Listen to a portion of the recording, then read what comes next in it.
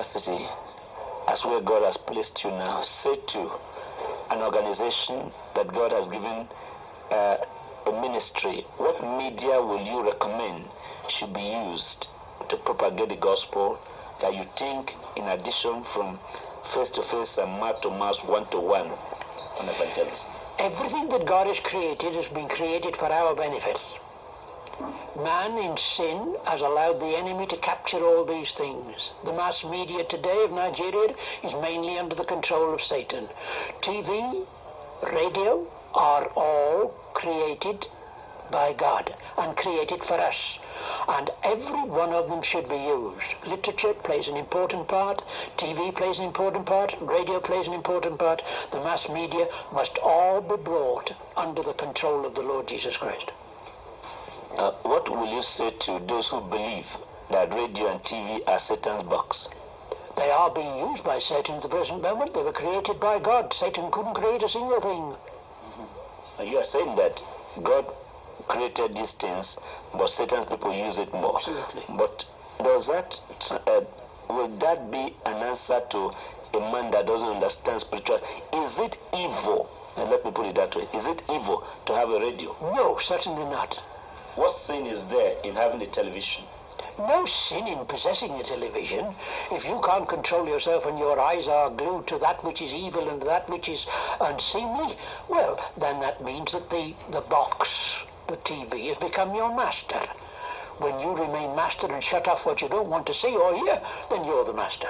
And God is going to increase the amount of radio coverage for the gospel, increase the amount of TV for the gospel in every part of the world. Yeah. And I'm hoping that very soon we're going to have a Christian radio station and a Christian TV station in Nigeria. Glory be to God. That's our belief.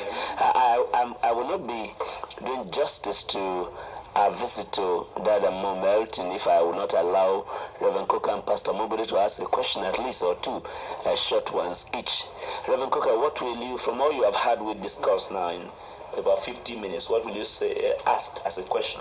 Yes, Dad, my question is, as a missionary and general superintendent of a very big and large congregation, would you think you had some problems with church administration?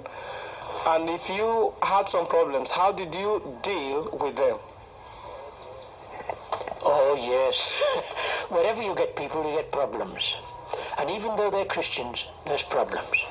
But God has brought into existence a church. I will build my church, and that's not a denomination.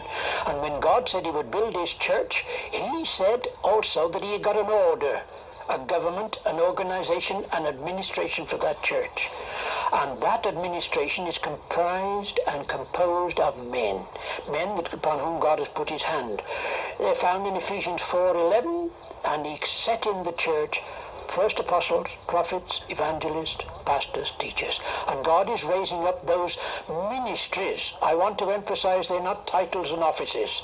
They're ministries. Many men today have got the ministry of an apostle and they don't know it. Many have got the ministry of apostle, prophet, and all these others. God is bringing back those ministries, and they will be re-established before the church can be brought into unity and to perfection.